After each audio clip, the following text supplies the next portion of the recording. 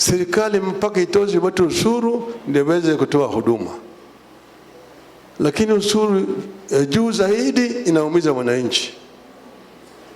Unaweza kukamua maziwa mpaka sasa maziwa hakuna, damu ndio inatoka kwa matiti. Ndio sababu sisi tumepinga ushuru ambao unatozwa hapa kwa wale mahasla.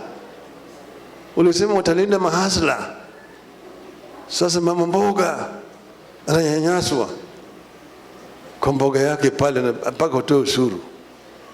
Kijana hasla ameanza biashara kidogo hii ya ICT, anatoza ushuru kubwa zaidi. Wamama ambao wanashuka nywele na kupaka makucha rangi, sasa wanatoza ushuru. Wamama sasa hata mambo ya kurembesha hakuna tena. Je, hii ni ungwana? Hii ni ungwana? Ile ambayo tunafuata, na nataka kushukuru kanisa ya Anglican, ni maslahi ya mwananchi wa kawaida.